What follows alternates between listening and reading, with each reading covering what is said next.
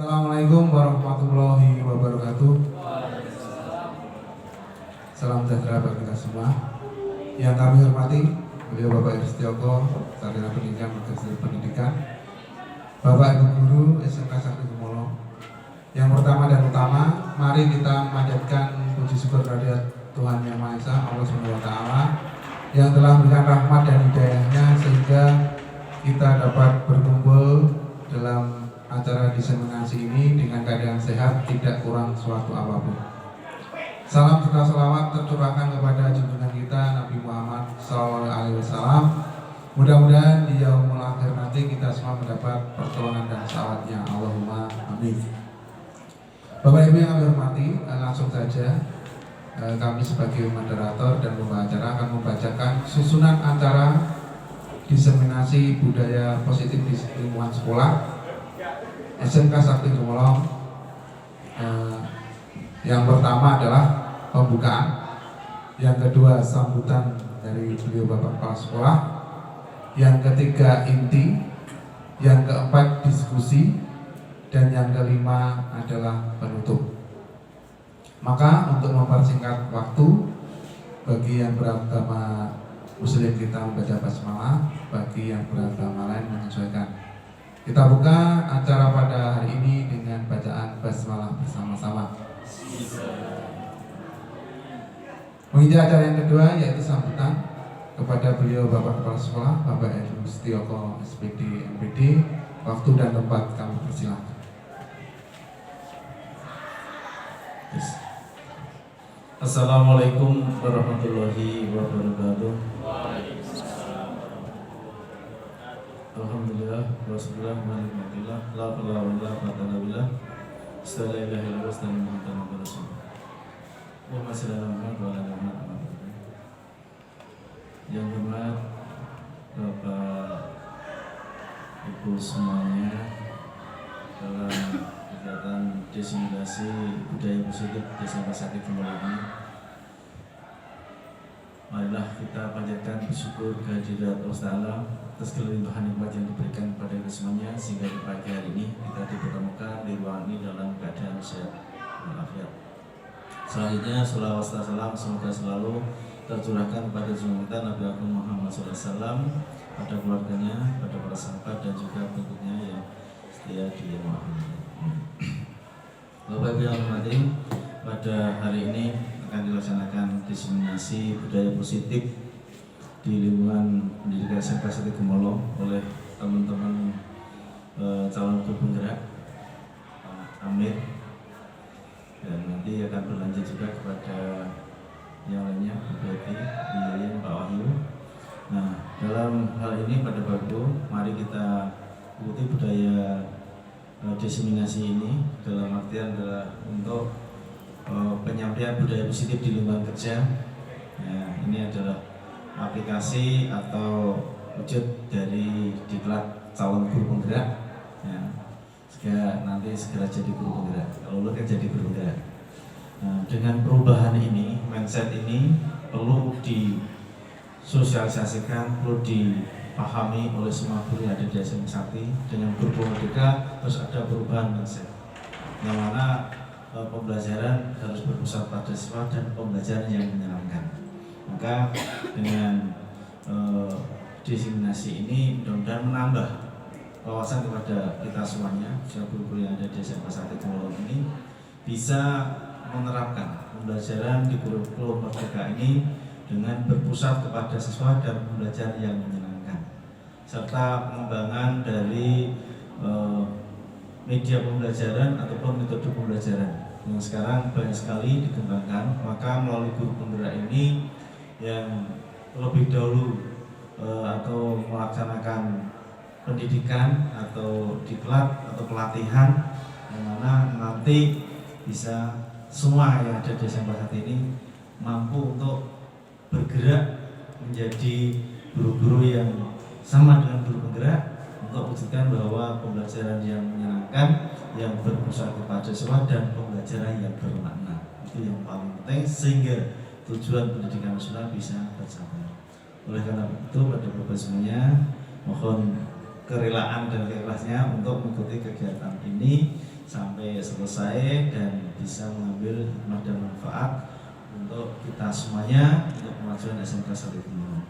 Demikian untuk sambutan kami, ada kurang mohon dimaafkan.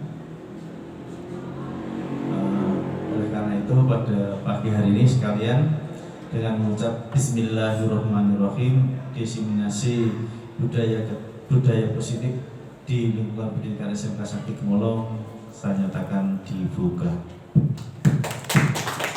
Ada kurangnya mohon maaf. Wassalamualaikum warahmatullahi wabarakatuh. Terima kasih sambutan dari Bapak Kepala Sekolah. Menginjak acara yang ketiga inti nanti adalah disampaikan materi tentang budaya positif yang akan dipimpin langsung oleh pemateri, yaitu Bapak Amir Mahmudi SPD Teknik. Untuk itu nanti mohon Bapak Ibu mengikuti, dan kalaupun nanti ada yang tanyakan, kita di acara diskusi. Jadi di sini kita saling belajar. Jadi mohon nanti juga masukan kepada kami di CGP. Langsung saja untuk acara inti yang ketiga untuk materi budaya positif di lingkungan sekolah. Waktu dan tempat kami persilakan kepada Pak Amir.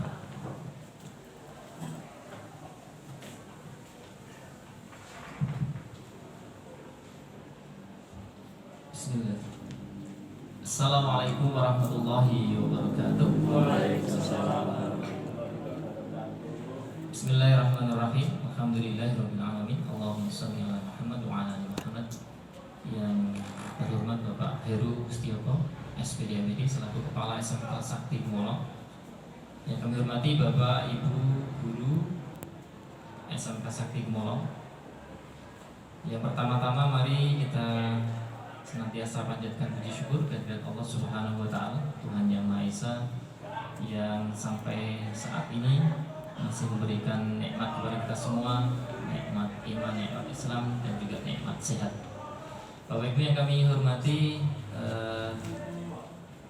mohon izin Bapak Kepala Sekolah, Bapak Ibu sekalian, kami matur di depan Bapak Ibu. Sebenarnya kami merasa tidak pantas untuk matur di depan panjenengan semua. Akan tetapi ini bagian dari tugas dan kewajiban kami dalam program guru penggerak. Salah satu tugas kami adalah untuk melaksanakan diseminasi tentang budaya positif yang ada di sekolah masing-masing. Maka nanti akan bergantian di antara kami berempat calon guru penggerak untuk melaksanakan diseminasi kepada Bapak Ibu guru SMK Sakti Gumulong. Bapak Ibu yang kami hormati, budaya positif ini merupakan sebuah istilah yang mungkin baru bagi kita semua. Budaya merupakan istilah yang lama, tetapi tambahan positif ini sangat ditekankan dalam penerapan kurikulum merdeka. Bapak Ibu hadirin yang kami hormati,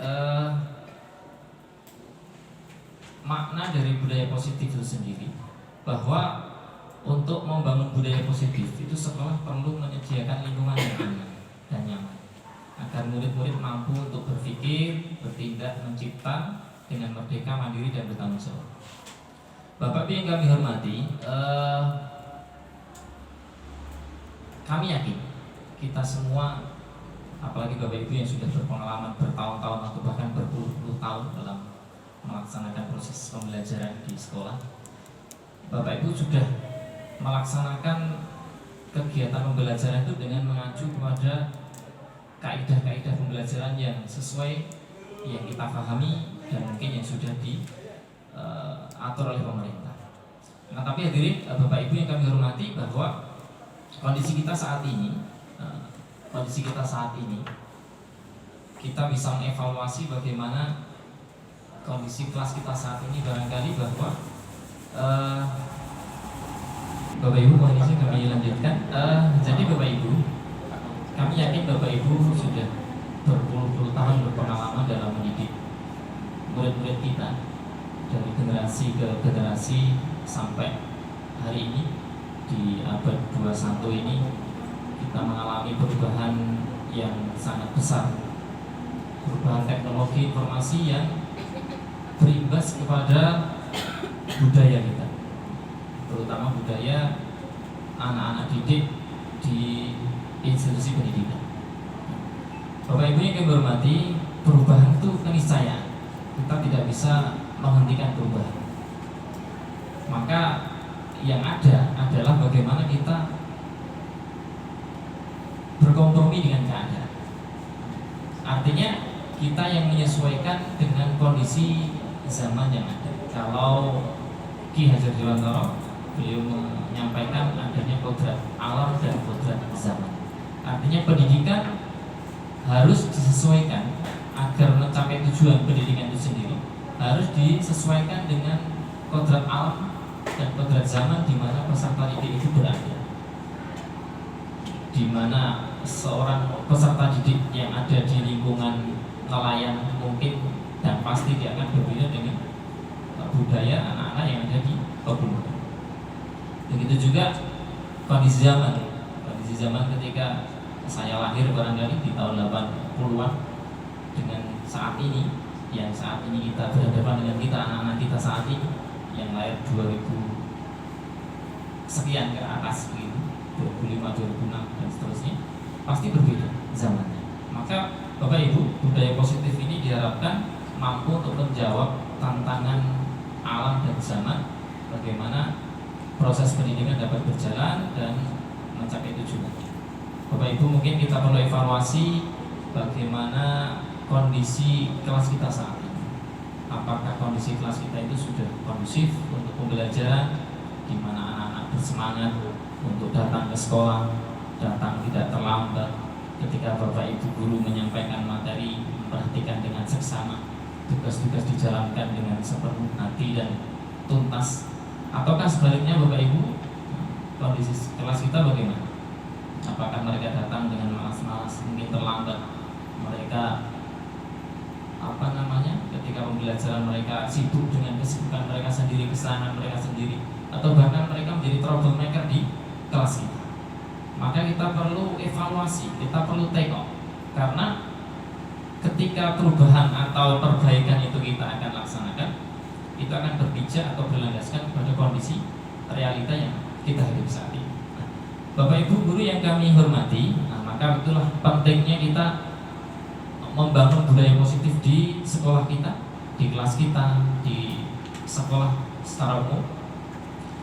Nah, di dalam diseminasi ini Bapak Ibu ada beberapa tema yang perlu kita pahami bersama terkait dengan perubahan paradigma belajar, terkait dengan disiplin positif, motivasi perilaku, kemudian kebutuhan dasar manusia, keyakinan kelas, posisi kontrol, dan termasuk segitiga restitusi. Bapak Ibu yang kami hormati, sepintas nanti kami mohon izin untuk menyampaikan materi-materi yang ada dalam diseminasi ini, dan barangkali nanti akan ada perubahan-perubahan yang sedikit frontal dari keadaan kita atau pemahaman kita terkait dengan pendidikan di masa lalu. Bapak Ibu, yang pertama terkait dengan perubahan paradigma belajar. Kata orang bijak mengatakan bahwa kalau kita ingin adanya perubahan kecil, kita ingin membuat perubahan kecil, maka kita cukup dengan mengubah cara atau teknik saja, atau perilaku kita. Tetapi kalau kita ingin mengubah sesuatu yang besar, maka kita harus merubah cara pandang kita. Kita merubah paradigma, kerangka acuan kita. Termasuk budaya positif ini dalam paradigma belajar di kurikulum Merdeka ini,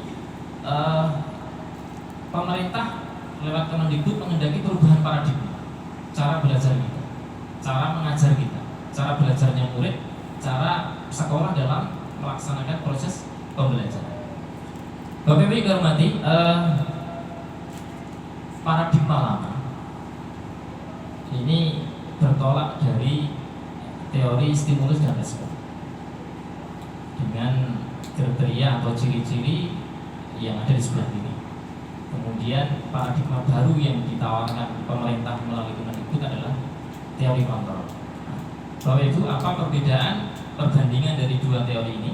Yang pertama, adanya realitas kebutuhan yang sama pada teori stimulus respons, tetapi dalam teori kontrol dikatakan realitas kebutuhan itu berbeda. Dan kita tahu ternyata memang murid-murid kita mereka punya kebutuhan yang berbeda. Meskipun mereka berangkat bersama, pulang bersama, kebutuhan mereka berbeda. Maka karakteristik individual dari murid itu penting juga dipertimbangkan dalam proses pembelajaran. Kemudian di dalam stimulus respon kita mencoba mengubah orang agar berpandangan sama dengan pandangan kita. Apa yang penting bagi kita, apa yang menyenangkan, apa yang baik bagi kita, kadang kita paksakan untuk anak didik kita atau orang lain dalam pendidikan kita. Tetapi dalam teori kontrol kita berusaha memahami pandangan orang lain tentang dunia. Kemudian Bapak Ibu, dalam stimulus respon itu mengatakan orang lain bisa mengontrol saya atau saya bisa mengontrol orang lain. Nah, mungkin ketika kita memberikan sebuah perintah kepada anak murid kita, anak didik kita, atau memberikan sebuah nasihat kepada mereka, maka ya betul kita harapkan untuk ada ketaatan, ada diikuti apa yang kita inginkan. Tetapi Bapak Ibu, dalam teori kontrol sebenarnya hanya Anda yang bisa mengontrol diri Anda. Anda tidak bisa mengontrol orang lain. Ketika kita mengontrol atau memberikan perintah kepada anak kita, ketika anak kita menurut atau mengikuti kita, sebenarnya anak itu dalam posisi dia membiarkan dirinya untuk dikontrol orang lain.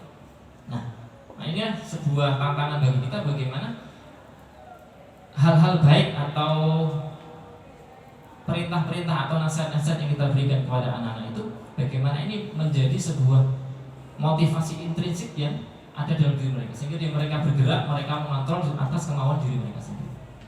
Karena Bapak Ibu, kalau kontrol itu dari orang lain biasanya bersifat sementara, tidak langgeng. Ketika tekanan dari perintah itu sudah tidak ada, ya dia akan kembali kepada kontrol dirinya. Kemudian Bapak Ibu, dalam stimulus respon itu akhir dari rayuan atau bujukan itu ketika dia adalah paksaan. Dalam teori kontrol itu selalu dibuat kolaborasi, konsensus untuk menciptakan pilihan-pilihan baru.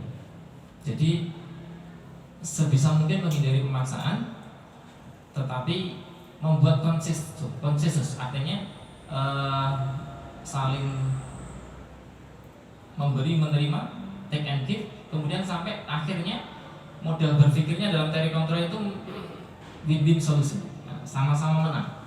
Kalau di stimulus respon itu ketika satu arahan, satu nasihat diberikan, bujukan tidak berhasil, paksaan akan dijalankan, maka ketika terjadi konflik, yang muncul itu adalah ada menang, ada kalah. Di satu sisi guru inginnya menang, ini hal yang baik menurut keyakinan kita, betul. Tetapi di sisi lain mereka mempertahankan kebenaran menurut mereka sendiri. Akhirnya akan terjadi konflik yang berkepanjangan. Karena kita sama-sama berpikir adanya orang, ada yang menang, ada yang kalah. Tapi dalam teori kontrol ini menawarkan bagaimana win-win solution. Semua menang. Bapak Ibu yang kami hormati, ini paradigma. Walaupun ini juga artinya semua atas dasar teori manusia itu kan juga berdasarkan atas penelitian. Walaupun mutlak teori itu apa yang datang dari Allah dan Rasulnya, gitu Bapak Ibu. Tetapi ada beberapa hal positif yang sebenarnya ketika kita dalami dalam teori kontrol ini, banyak hal positif yang akan merubah paradigma kita, yang bersesuaian dengan apa yang kita yakini saat ini. Bapak Ibu yang kami hormati, untuk selanjutnya disiplin positif. Bapak Ibu, ketika kita bicara disiplin, maka persepsi kita dan mungkin juga pasti persepsi anak-anak kita itu berkaitan dengan aturan-aturan, kepatuhan, ketaatan yang kadang bersifat memaksa. Bapak Ibu, disiplin itu satu sikap yang wajib, yang harus untuk mencapai sebuah kesuksesan kan begitu.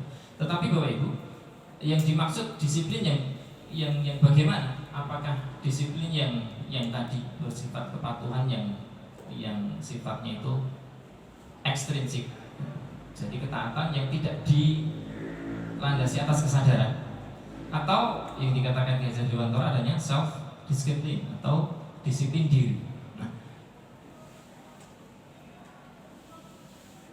disiplin positif itu didasarkan atas pemahaman pelaku-pelaku disiplin itu atas kebajikan yang universal, kebaikan-kebaikan yang diakui oleh seluruh manusia. Nah, kebajikan universal. Jadi disiplin positif itu akan muncul, anak-anak akan mempunyai disiplin yang sesungguhnya ketika anak-anak itu punya keyakinan kepada hal-hal yang baik. Kemudian yang kedua, munculnya itu atas motivasi dari dalam diri, bukan dari luar diri. Maka ada yang disebut dengan motivasi intrinsik, ada motivasi ekstrinsik. Yang motivasi yang dari luar dirinya dan dari dalam dirinya. Nah, kebajikan-kebajikan universal itu merupakan kebajikan-kebajikan yang sifatnya diterima oleh semua pihak, semua orang. Nah, kalau di dalam kerangka pendidikan kita, pemerintah telah menetapkan kebajikan universal dengan profil pelajar Pancasila. Jadi 6 profil pelajar Pancasila, mulai dari beriman kepada Tuhan Yang Maha Esa, berakhlak mulia, mandiri, bernalar kritis, berkebinaan global, gotong royong kreatif. 6 dimensi dalam profil pelajar Pancasila adalah sebuah kebajikan universal yang perlu kita tanamkan kepada anak didik kita, sehingga mereka nanti akan mempunyai pegangan untuk menegakkan disiplin positif, disiplin diri dalam diri mereka. Ketika anak-anak tidak punya nilai-nilai kebajikan dalam diri, keyakinan-keyakinan dalam diri mereka, mereka akan selalu memaknai disiplin itu dari luar diri, tidak bisa memaknai dari dalam diri mereka. Nah, kemudian Bapak Ibu, disiplin, motivasi ada intrinsik, motivasi yang muncul dari dalam diri mereka sendiri dan didasarkan atas kebutuhan dasar manusia. Biasanya bersifat lebih langgeng. Kemudian kalau yang ekstrinsik itu yang berasal dari luar diri mereka. Ini biasanya bersifat sementara. Kalau motivasi intrinsik, seseorang melakukan sebuah bentuk kedisiplinan dari motivasi intrinsik, tentu ketika dia tidak diawasi pun atau tidak ada ancaman atas kepatuhan pun, mereka akan melaksanakan disiplin yang mereka yakini. Tapi ketika motivasinya masih dari luar dirinya, ketika tidak diawasi atau ketika tidak ada pemaksaan atas kepatuhannya, maka dia akan keluar dari sikap disiplinnya. Bapak Ibu yang kami hormati, tadi kita bicara tentang kebutuhan dasar manusia. Ini teori juga terkait dengan 5 kebutuhan dasar manusia, bahwa seluruh tindakan manusia itu pasti memiliki tujuan. Setiap tindakan manusia itu pasti memiliki tujuan. Nah, tujuannya itu untuk memenuhi di antara 5 kebutuhan dasar. Yang pertama ada kebutuhan akan bertahan hidup atau survival. Kemudian yang kedua, kebutuhan akan kasih sayang dan rasa diterima, love and responsibility. Kemudian yang ketiga adalah tentang penguasaan atau power. Kemudian kesenangan, fun. Kemudian kebebasan atau freedom. Ini adalah kebutuhan-kebutuhan dasar yang mendasari seseorang itu untuk bertindak, berperilaku, bersikap. Maka sebenarnya ketika kita menemui seorang siswa, seorang murid yang dia itu dalam masalah atau dia membuat masalah, maka sebelum kita bisa menuntaskan, sebelum kita bisa menyelesaikan, memberikan solusi atas masalah dia itu, maka kita selayaknya memahami dulu sebenarnya motivasi dia apa. Sebenarnya kebutuhan apa yang ingin dia penuhi dengan tindakannya, perilakunya.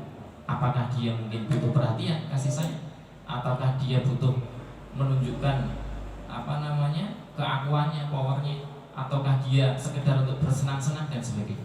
Dengan mengetahui, memahami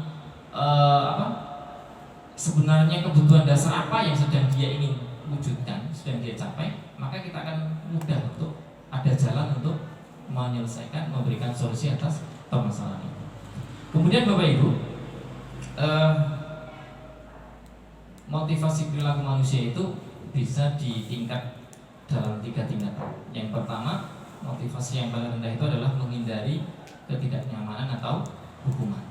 Murid melakukan disiplin diri karena takut akan dihukum. Ini adalah tingkatan terendah dalam motivasi.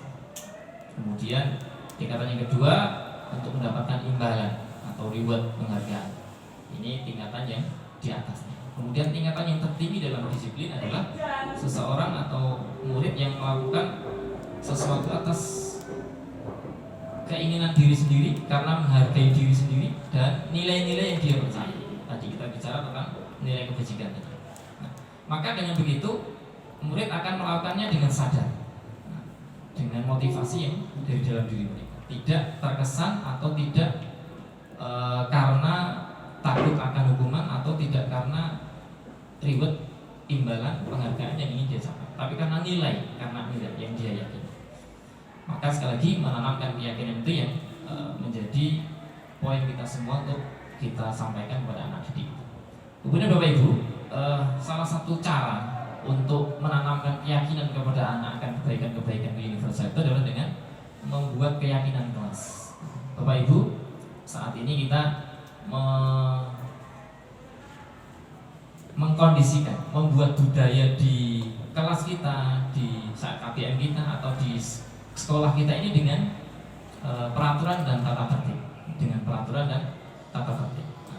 Ini yang berlaku di paradigma yang lalu.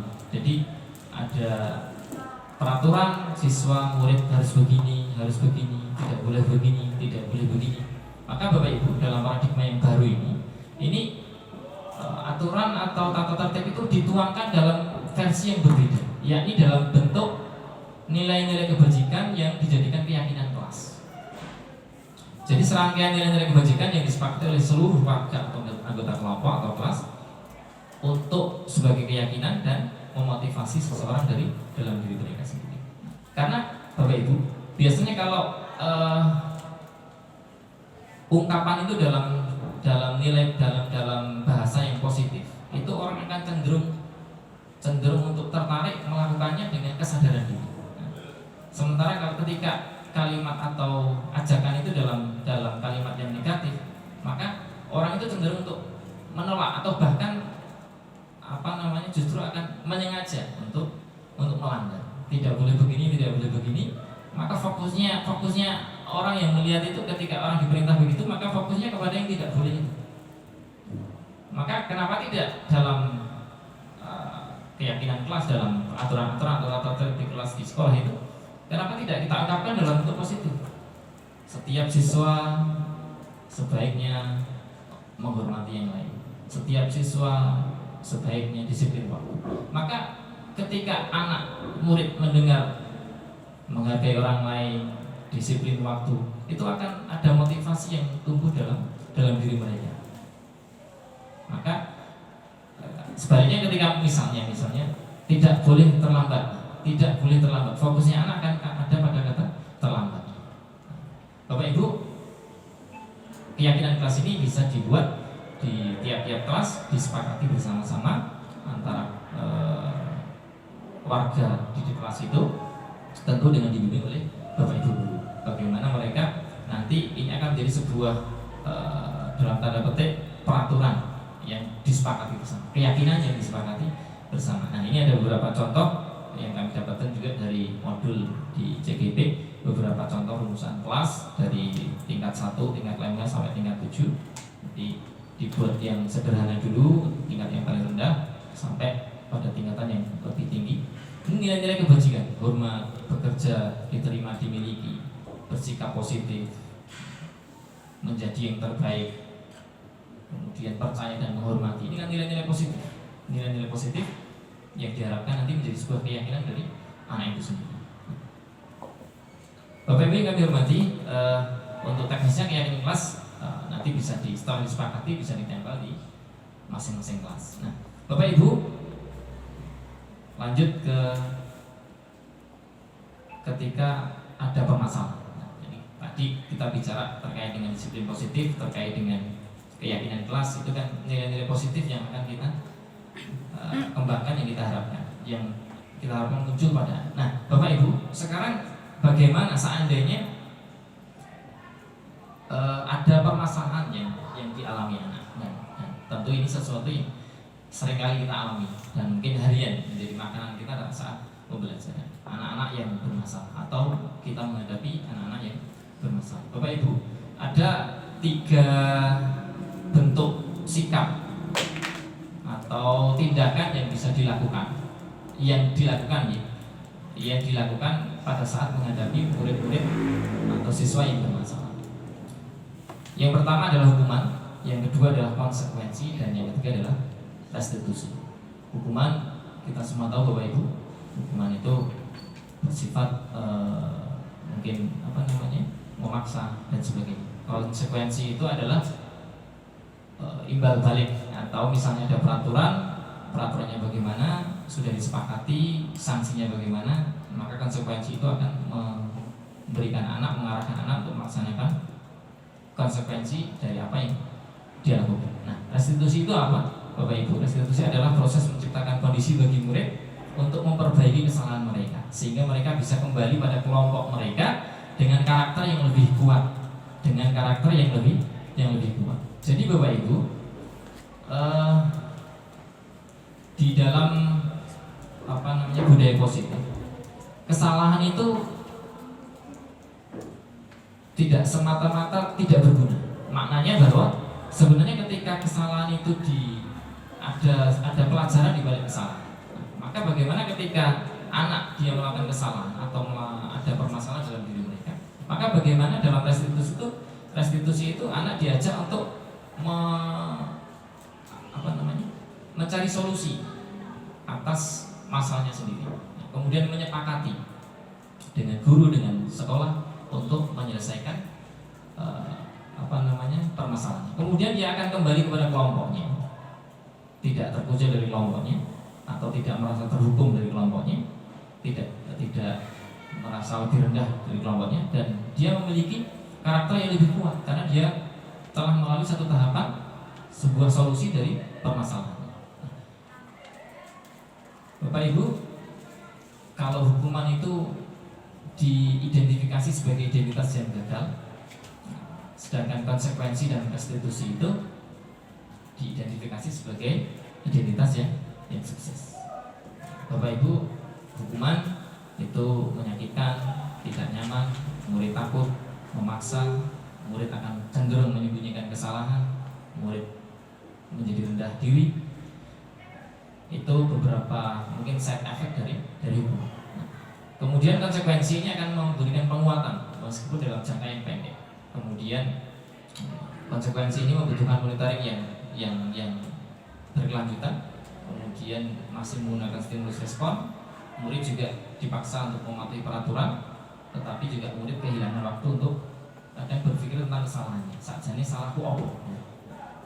Tetapi dia diharapkan langsung kepada konsekuensi. Kamu harus begini karena melanggar begini. Kemudian yang restitusi Bapak Ibu, ini lebih dalam lagi, anak diajak untuk berdialog tentang tanggung jawab akan perilakunya. Kemudian fokus pada pemecahan masalahnya. Anak diajak untuk menghormati orang lain, dirinya dan orang lain. Kemudian memahami bahwa sebenarnya kontrol itu dalam dirinya. Selama dia ada keinginan untuk berbuat baik atau memperbaiki kesalahan, maka itu akan terjadi. Kemudian murid juga bersemangat untuk memperbaiki kesalahannya, memberikan ruang bagi anak untuk mencoba memahami, menyadari, kemudian mencari solusi atas kesalahannya sendiri. Itu di restitusi. Bapak Ibu, kemudian untuk dalam pelaksanaan 3 bentuk penanganan tadi, ini seorang guru, seorang pendidik ini bisa dalam 1 di antara 5 posisi kontrol. Yang pertama, ini bisa seorang guru itu sebagai penghukum. Yang kedua, bisa seorang guru itu atau pendidik itu sebagai pembuat merasa bersama. Yang ketiga, bisa seorang bapak ibu itu menjadi seorang teman bagi peserta didik yang memiliki masalah. Yang keempat sebagai pemantau, dan yang kelima sebagai manajer. Bapak Ibu, kita lihat apa 1 di antara 5 penghukum. Ini kita paham semuanya, Bapak Ibu. Nah, hasil dari hukuman ini biasanya anak marah, dendam, agresif. Nah, ini yang sering terjadi. Maka ini Bapak Ibu, posisi sebagai penghukum ini sebisa mungkin kita hindari, sebisa mungkin kita hindari. Karena Bapak Ibu secara tidak kita sadari ketika kita memberikan hukuman sedangkan anak itu satu mungkin tidak merasa bersalah atau hukuman itu dia rasakan tidak sesuai, tidak sepadan, tidak adil dengan bentuk kesalahannya, itu akan ada rasa dendam dalam diri mereka. Itu akan dia ungkapkan di belakang kita, Bapak Ibu. Itu akan diungkapkan di belakang kita. Mungkin kepada guru lain, mungkin kepada teman-teman sekelasnya. Nyun sewu, ini pengalaman pribadi. Kemarin saya ngantar, kebetulan saya ngajar praktik siswa TP kelas 11. Dia punya kesalahan, tasnya diambil. Kemudian dia saya karena berkaitan dengan pekerjaan saya, tanggung jawab saya sebagai guru, di situ ada job sheet yang harus dikerjakan, yang harus tunaikan. Saya tanyakan job sheetnya di mana? Job sheetnya di tas, Pak. Tasnya di mana? Tasnya disita, Pak. Di mana? Di barat. Oke, kita ke barat. Ambil job sheetnya. Minta izin untuk ambil job sheet karena untuk kegiatan praktek hari ini. Kalau kamu tidak punya job sheet, kamu seharian tidak bisa apa-apa. Saya antar ke barat. Kemudian di barat ketemu dengan Bapak Ibu guru. Kemudian ada dialog. Jadi dialog itu yang saya tangkap artinya dari si anak dia bersalah, tetapi ada beberapa hal yang mungkin sebenarnya perlu dikonfirmasi apakah betul apa yang disampaikan Bapak Ibu guru ini sesuai dengan realita yang anak itu lakukan. Artinya mungkin ada beberapa poin yang sebenarnya tidak dilakukan oleh anak itu, tapi tertuduhkan kepada dia. Kemudian ketika di depan Bapak Ibu guru yang menangani itu, ya dia enggak deh istilahnya gitu. Tapi ketika dia kembali ke temannya, saya agak gimana ya, agak kaget, sebenarnya tidak terima juga. Artinya dia itu mengatakan ke teman-temannya itu seolah-olah dia bangga. Artinya bangga itu bangga ketika dia bisa bersikap seolah-olah jadi anak yang patuh, seolah-olah menjadi anak yang taat ketika dijamu sama guru nih. Tapi ternyata ketika dia bergabung dengan temannya, dia apa yang dia lakukan tadi itu tampak bahwa itu adalah sebuah ada tidak penerimaan dalam diri. Justru dia merasa bangga, aku iso.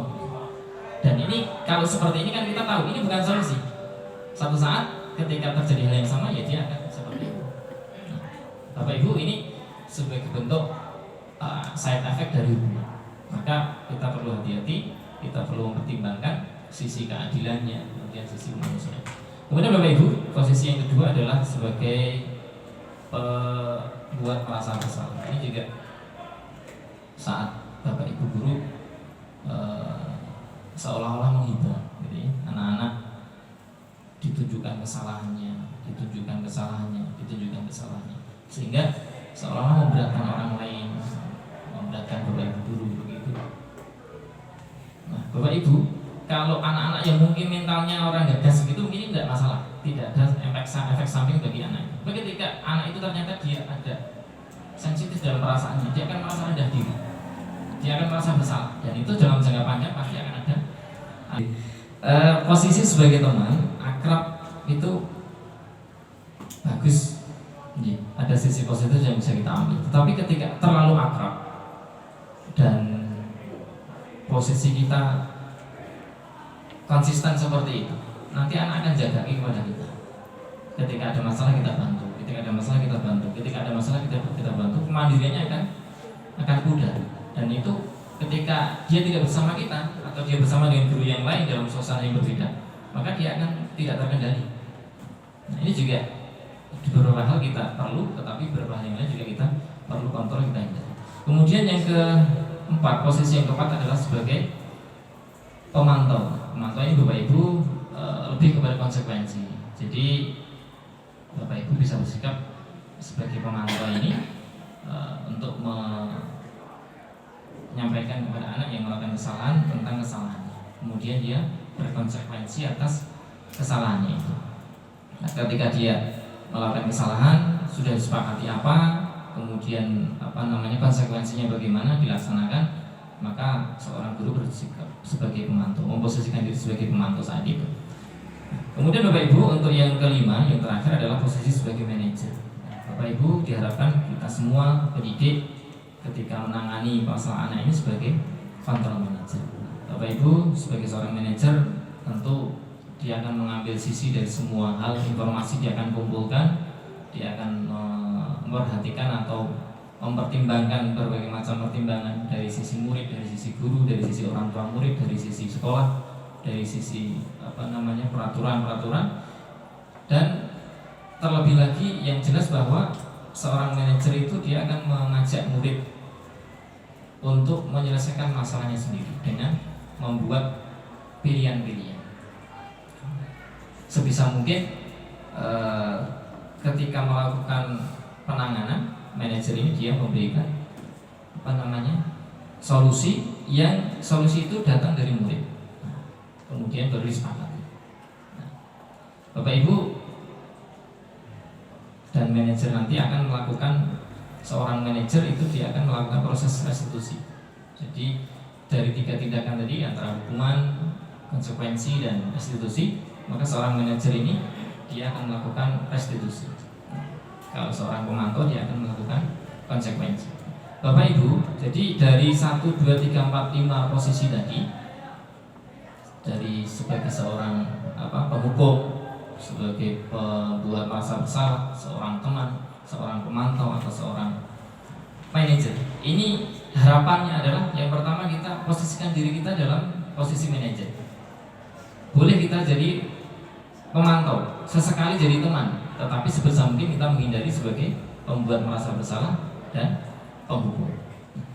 Bapak Ibu, kemudian seorang manajer dia akan melakukan segitiga restitusi.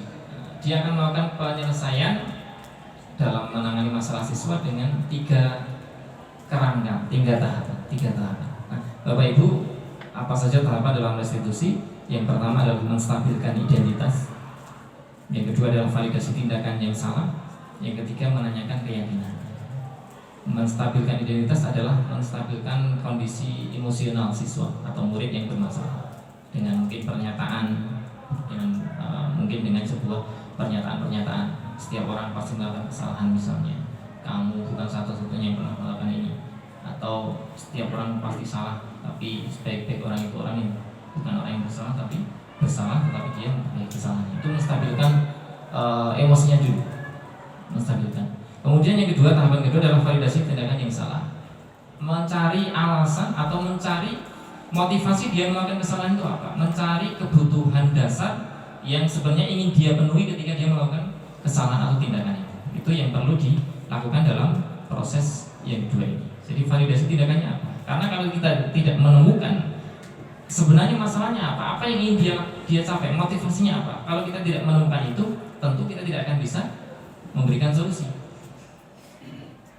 Solusi sementara ketika masalah itu muncul, dia akan terulang kembali. Kemudian yang ketiga adalah menanyakan keyakinan. Nah, ini Bapak Ibu, untuk menguatkan setelah siswa atau murid dia mengalami masalah, dia mendapatkan solusi, kemudian dia menguatkan, menanamkan keyakinan akan kebajikan tadi, maka anak diingatkan keyakinan kelas apa yang telah yang kita sepakati. Kemudian kamu ingin jadi seperti apa? Nanti setelah ini itu kamu ingin jadi seperti apa? Ini perlu diingatkan.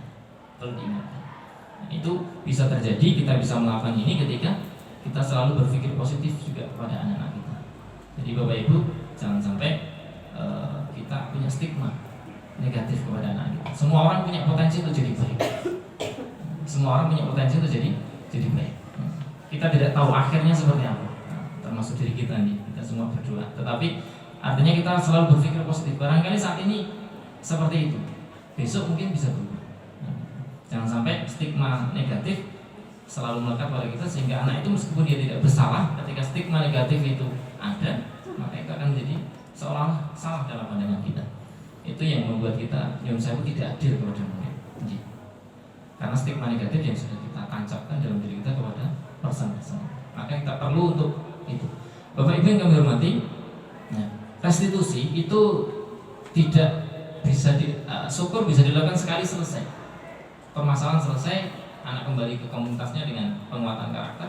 Tetapi mungkin kita akan melakukan restitusi berkali-kali, mungkin dengan kasus yang sama atau dengan kasus yang berbeda kepada anak yang sama atau person yang sama. Maka restitusi itu akan selalu dibuat, kalau memang tidak berhasil diulang, bentuknya mungkin berbeda, solusinya berbeda, begitu seterusnya, sampai barangkali Bapak Ibu ketika posisi restitusi ini sudah tidak bisa dijalankan, mungkin kita turunkan kepada konsekuensi, mungkin kita bisa pendekatan kepada posisi sebagai teman, dan barangkali dan saya mungkin juga terpaksa dalam satu waktu sebagai bentuk shock terapi, satu hukuman juga kadang juga diperlukan. Tetapi sebisa mungkin langkah-langkahnya itu dilaksanakan dulu, restitusinya dijalankan dulu. Sekian kali kok tidak ada perubahan, tidak ada perbaikan, baru kita masuk tahapan yang lebih lanjut. Jangan sampai ketika menghadapi masalah kita langsung ambil dihukum. Masalah dihukum tanpa kita mengetahui, tanpa kita melaksanakan restitusi terlebih dahulu. Bapak Ibu yang kami hormati, saya kira demikian yang dapat kami sampaikan. Sebenarnya ada video yang ingin kami tayangkan, sedikit pengalaman kami saat restitusi kepada anak-anak, tetapi mungkin di lain waktu karena kesalahan teknis. Nah, Bapak Ibu, untuk selanjutnya kami ucapkan banyak-banyak terima kasih sekali lagi kepada Bapak Ibu yang berkenan hadir menyimak apa yang kami sampaikan, dan sekali lagi kami mohon maaf apabila banyak hal yang tidak berkenan, dan sekali lagi kami aturkan banyak ucapan terima kasih kepada Bapak Kepala Sekolah yang memberikan kami kesempatan, dan juga ini sekali lagi Bapak Ibu kami harapkan ini bukan sekedar sebagai wujud kewajiban kami sebagai CGB, tidak Bapak Ibu. Nah, dalam program guru penggerak ini kami merasa ada banyak hal baru, dan sebenarnya kalau dicermati ini betul-betul merubah paradigma kita. Jadi kalau dulu saya termasuk orang yang emosional ketika menghadapi anak di bengkel gitu, anak tidur, anak bermain sendiri, kadang ceroboh di bengkel itu. Tetapi akhir dengan adanya beberapa materi-materi yang masuk ini, kita mencoba untuk merubah sikap, dan ini yang kami harapkan juga budaya positif ini bisa kita wujudkan di tempat kita, di kelas kita, di KPM kita, dan juga di sekolah kita. Tetap semangat dan bahagia Bapak Ibu, dan barangkali yang Bapak Ibu yang masih bersemangat dan muda-muda ini, sampai jumpa ketemu lagi di program guru penggerak. Di guru penggerak ini kami sampaikan ada setiap modul itu ada tahapan-tahapan yang disingkat dengan merdeka, begitu, sesuai dengan kurikulum kita. Merdeka itu mulai dari diri, eksplorasi konsep, R-nya itu ruang kolaborasi, D-nya itu demonstrasi kontekstual, E-nya itu elaborasi pemahaman, K-nya itu koneksi antar materi, dan yang terakhir aksi nyata. Merdeka itu adalah tahapan-tahapan pembelajaran yang kami berempat alami di modul PGP seperti itu. Bapak Ibu sekali lagi tetap semangat.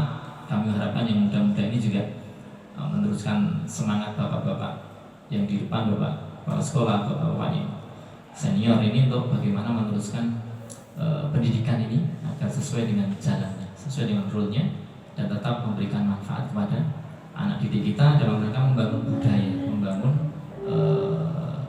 manusia itu sendiri. Terima kasih, mohon maaf. Sekian dari kami, ada salahnya mohon maaf sekali lagi. Assalamualaikum warahmatullahi wabarakatuh. Berikan aplaus. Demikian paparan yang sudah disampaikan oleh Pak Amir, mudah-mudahan menambah wawasan untuk kita. Menginjak acara yang selanjutnya itu diskusi. Jadi mohon kami buka dua segmen pertanyaan. Mohon bagi Bapak Ibu yang mungkin ingin berdiskusi, kami persilakan. Monggo Bapak. Dua segmen saja, biar untuk menambah masukan bagi kami. Bapak Ibu punya yang ditanyakan? Gitu.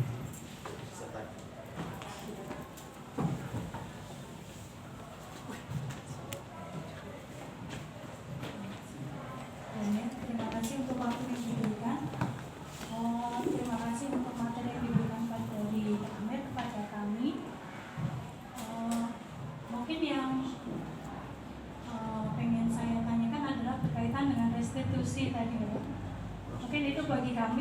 kata-kata yang awam. Kalau kami tidak belajar mungkin juga sebatas tahu saja, tapi dengan diseminasi ini mungkin dari bapak-bapak dan teman-teman CGP Angkatan 7 mungkin bisa memberikan pandangan kepada kami. Misalkan saya ingin bertanya seperti ini, jika tadi mengenai penanganan masalah pada seseorang anak gitu ya, nah bagaimana restitusi itu melibatkan misalkan siapakah yang berhak memberikan solusi terhadap suatu permasalahan anak tersebut. Dalam hal ini mungkin jika permasalahan itu terjadi pada seorang anak, bagaimana restitusi itu kita bisa jalankan melibatkan wali, BP, atau bagaimana ada pihak yang sehingga anak itu bisa mendapatkan solusi yang tepat dan yang tidak melangkai, ibaratnya tidak melangkai dari aturan sekolah dan sebagainya. Jadi mungkin itu ya Pak. Jadi jika misalkan satu anak dapat masalah, bagaimana kita berkolaborasi dari wali, BP atau siapapun pihak dari sekolah sehingga anak tersebut juga mendapatkan solusi dari setiap permasalahan. Mungkin tingkatan masalah berbeda-beda, tapi bagaimana restitusi itu bisa kita lakukan di sisi kita sebagai wali, kita juga guru, kita juga orang tua dari siswa tersebut di sekolah, dan itu yang mungkin ingin saya tanyakan. Terima kasih. Oke, terima kasih pada Ibu Santi. Mungkin satu lagi ada lagi? Kalau tidak, mungkin ya.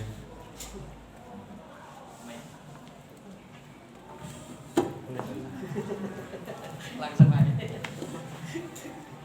Terima kasih. Assalamualaikum warahmatullahi wabarakatuh. Waalaikumsalam. Terima kasih sekali pada Pak Amir yang telah menyampaikan diseminasinya tentang deposito tabungan ini. Kami hanya bertanya sedikit, mungkin tolong bisa diberikan, ini kalau bisa nanti berikan contoh dalam pengenangan siswa dengan implementasi restitusi tadi, yaitu anak itu merokok di kelas, di sekolah, di kelas atau di sekolah, di kelas atau di sekolah. Jadi di dalam sekolah, nah, di ruang kelas itu, ini saya masih sering menjumpai mungkin dengan pendekatan budaya positif ini bagaimana untuk mengatasi permasalahan siswa yang merokok di kelas ini, karena mungkin di sekolah kan kita tidak mengizinkan untuk rahasia aja. Demikian yang saya informasikan. Terima kasih. Assalamualaikum warahmatullahi wabarakatuh. Oke, dua pertanyaan aja dulu. Yang pertama ini adalah dari Ibu Santi adalah tentang restitusi siapa yang dilibatkan menjadi wali kelas, guru dan semua ada di sekolah. Mungkin kita diskusi ya di sini, tidak ada salah dan benar, tapi kita diskusi mencari yang solusi yang tepat. Gitu. Baik, terima kasih Ibu Santi, beliau Bapak Kepala Sekolah atas respon yang diberikan atas diseminasi hari ini. Sebelum kami menyampaikan pendapat kami, barangkali dari Bapak Ibu teman-teman CGP, Bu Gati, Bu Yaya, Pak Wahyu ingin menanggapi terlebih dahulu. Oke. Ya, Bapak Ibu, terkait dengan yang disampaikan Bu Natali, kaitannya dengan restitusi Bapak Ibu. Jadi betul tingkatan masalah itu berbeda-beda Bapak Ibu. Jadi restitusi itu bisa dilakukan dari tahapan atau dari masalah yang paling menurut kita paling ringan sampai masalah yang lebih berat atau yang paling berat sekalipun. Bapak Ibu, untuk restitusi di masalah-masalah yang ringan, artinya misal masalah yang melibatkan hanya 1% guru misalnya, saat pelajaran kita mungkin dia terlambat misalnya, kita bisa langsung berikan restitusi kepada. Jadi Bapak Ibu guru yang temu langsung, berterlibat langsung, itu yang punya hak untuk melakukan restitusi dan punya tanda petik kewajiban untuk melakukan restitusi kepada anak, kewajiban sebagai pendidik. Maka saat itu dia melakukan restitusi. Atau misalnya kesalahan yang di luar KBM, artinya di luar Bapak Ibu guru, maka melibatkan BK atau BP. Misalnya dengan dipanggil di BP, kemudian melakukan diskusi di sana. Nah, tahapan-tahapan diskusi apa yang dibicarakan dalam restitusi itu sesuai dengan permasalahannya. Nah, tadi dalam segitiga restitusi itu disampaikan tahapan pertama itu identitas dulu. Di anak itu dikondisikan bagaimana dia jujur, bagaimana dia bisa menerima. Kalau dia bersalah, bagaimana dia menerima bahwa dirinya bersalah. Bapak Ibu, seringkali kita melakukan penanganan, sedangkan anak itu belum merasa dirinya bersalah. Ini yang kadang membuat penanganan kita itu tidak efektif. Ketika anak itu sudah merasa dirinya itu dalam posisi di mana dia berada, ketika dia bersalah, dia menyadari, oh berarti saya harus bertanggung jawab. Nah, ini dalam menstabilkan identitas itu di situ, pentingnya di situ. Kemudian baru ke tahapan berikutnya, untuk validasi tindakan. Baru motivasinya apa yang dia inginkan, kebutuhan dasar apa yang ingin dia capai.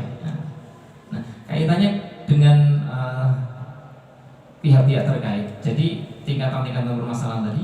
Jadi yang paling ringan mungkin dengan satu guru mapel yang bersangkutan, mungkin di atasnya di BK yang melakukan restitusi, berkolaborasi dengan guru mapel jika memang ada singgungan dengan guru mapel, atau memang perlu melibatkan orang tua. Bapak Ibu, intinya dalam restitusi itu adalah 3 hal ini. Anak itu dilibatkan dalam 3 hal ini. Identitasnya itu dipahami dulu. Jangan sampai anak ketika dia ditangani, dia tidak sadar kesalahannya apa. Kemudian motivasinya apa, ditemukan dulu. Dia motivasinya apa. Kemudian terakhir kali, misalnya dalam validasi tindakan salah, kemudian dia harus melakukan sebuah konsekuensi hukuman. Maka konsekuensi itu bagaimana dia pahami, setelah itu dia kuatkan karakternya. Jadi kamu sebenarnya melanggar apa? Setelah ini kamu ingin menjadi seperti apa? Bapak Ibu, restitusi tidak menghilangkan konsekuensi Bapak Ibu. Jadi misalnya dalam sekolah itu disepakati, oh kalau terlambat 10 menit harus membersihkan misalnya, atau terlambat 15 menit nanti di akhir dia akan pulang terlambat juga 15 menit, dia akan mengganti waktu di waktu yang lain misalnya. Itu tetap dijalankan, itu bagian dari konsekuensi. Tetapi titik berat dari restitusi adalah setelah itu anak itu menjalankannya dengan kesadaran diri, kemudian dia mengambil nilai positifnya. Oh berarti besok saya tidak akan terlambat lagi, seperti itu. Begitu yang bisa jawab terkait dengan Bu Natali. Dan sekali lagi restitusi bisa melibatkan semua pihak, justru dianjurkan untuk melibatkan pihak-pihak terkait, orang tua dan sebagainya. Kemudian mohon izin Bapak Kepala Sekolah kaitannya dengan anak bermasalah merokok misalnya di dalam kelas. Bapak Ibu, kembali ke restitusi. Jadi validasi tindakan yang salah. Anak merokok di dalam kelas, dia motivasinya apa? Mungkin ini alasan yang paling ini, dia ada selakcut, itu sebenarnya alasan mungkin yang nisbi lah, itu nisbi. Tetapi mungkin kalau digali, dia akan punya alasan yang lebih lagi. Mungkin keinginan power, ingin diakui dia sebagai gitu. Atau mungkin dia sekedar untuk fun saja, untuk iseng, untuk kesenangan. Atau tadi dia ingin diperhatikan, responsibility, dia ingin diperhatikan. Nah, Bapak Ibu, mulai dari situ ketika masalah motivasinya dia itu apa, itu sekali lagi restitusi tidak menghilangkan konsekuensi. Kalau di situ memang sudah ada aturan untuk merokok, sanksinya dalam tanda petik sanksinya itu, konsekuensinya ini ya, dijalankan konsekuensinya, tetapi dikuatkan setelah itu untuk menghilangkan atau menetralisir motivasinya tadi. Kalau dia ingin power, ya bagaimana? Power itu tidak hanya ditunjukkan dengan merokok, mungkin dia ikut kegiatan ekstra dan sebagainya. Kemudian mungkin dia diberi kesempatan ketika dulu kan ada pembiasaan untuk menyiapkan dalam kelas itu bergantian, tidak hanya sebuah kelasnya saja. Itu juga bagian dari pemenuhan kebutuhan murid tentang power ini, tentang aktualisasi diri. Nah, jadi sekali lagi Bapak Ibu, mohon izin. Jadi restitusi tidak menghilangkan konsekuensi, tetapi dalam restitusi konsekuensi yang dijalankan itu bermakna, jadi bermakna. Karena kita mengetahui motivasinya apa, mengetahui kebutuhan dasar yang dia ingin sebenarnya dia lakukan itu tuh kebutuhan dasarnya apa. Jadi kita bisa memberikan konsekuensinya untuk dijalankan, tetapi di situ ada penguatan biar tidak terulang. Dan yang lebih paham lagi Bapak Ibu, ketika menangani anak, kondisikan dulu anak mengetahui kesalahannya, memahami, sehingga dia diperlakukan dengan adil. Mohon maaf Bapak Ibu. Kadang kita tadi karena paradigma kita itu menang kalah. Kadang ketika kita memberikan hukuman kepada anak itu, satu, anaknya belum memahami kesalahannya, tidak merasa bersalah. Yang kedua, anak merasa diperlakukan tidak adil. Ini yang membuat dia akan membuat kesalahan yang lebih besar lagi. Seperti yang saya sampaikan tadi, contoh, dia kembali ke temannya, ke komunitasnya, dia akan membuat menjadi troublemaker yang lebih berat. Bapak Ibu yang kami hormati dan Bapak pasukan yang kami hormati, demikian yang bisa kami sampaikan kaitannya dengan pertanyaan. Jadi sekali kami juga masih belajar, banyak hal yang kami belum tahu, maka dalam diseminasi ini kita sama-sama belajar, sharing, dan barangkali Bapak Ibu dari dua pertanyaan ini punya pengalaman yang lebih efektif, monggo bisa disampaikan dalam forum ini. Monggo Bapak Ibu.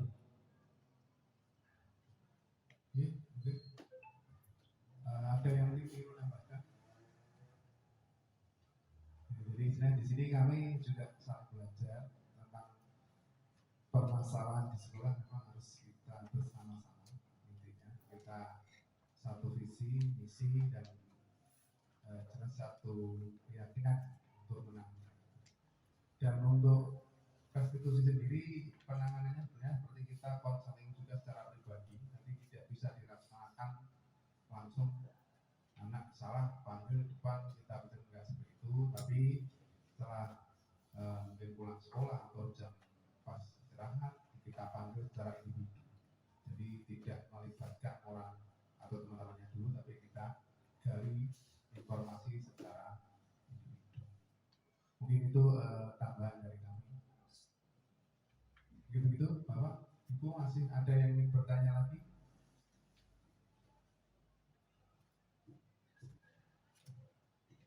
Sampun ya, sudah. Bapak Ibu, acara demikian sudah terlaksana dan mungkin akan berlanjut lagi di kesempatan berikutnya. Di sini sekali lagi kami sebagai moderator mungkin juga banyak salah dan mungkin juga banyak perilaku yang kurang tepat. Kami mohon maaf. Sebelum kita akhiri, mari untuk apa yang ada di hari ini jadikan ya, paling tidak pengetahuan baru bagi kami dan bagi Bapak Ibu semuanya, dan mudah-mudahan kita bisa paling tidak memulai ya, melakukan apa yang budaya positif apa yang bisa kita kembangkan di sekolah, karena di setiap sekolah punya karakter sendiri-sendiri dan anak pun pasti punya karakter sendiri. Maka di situ kita perlu masih banyak belajar juga, dan kita perlu intinya kita mulai. Kita harus memulai dan pasti akan bertentangan ya, karena ini paradigma baru yang bertahun-tahun. Mungkin saya pun juga masih sama, hukuman is the best ya. Tapi nyatanya sekarang dengan ikut CGP itu hukuman itu malah yang paling kita hindari. Jadi konsekuensi urutan yang di tengah-tengah dan restitusi itu yang paling Mungkin itu Bapak Ibu. Sama juga ini. Kita teruskan, kita akhiri dengan bacaan hamdalah bersama-sama. Assalamualaikum warahmatullahi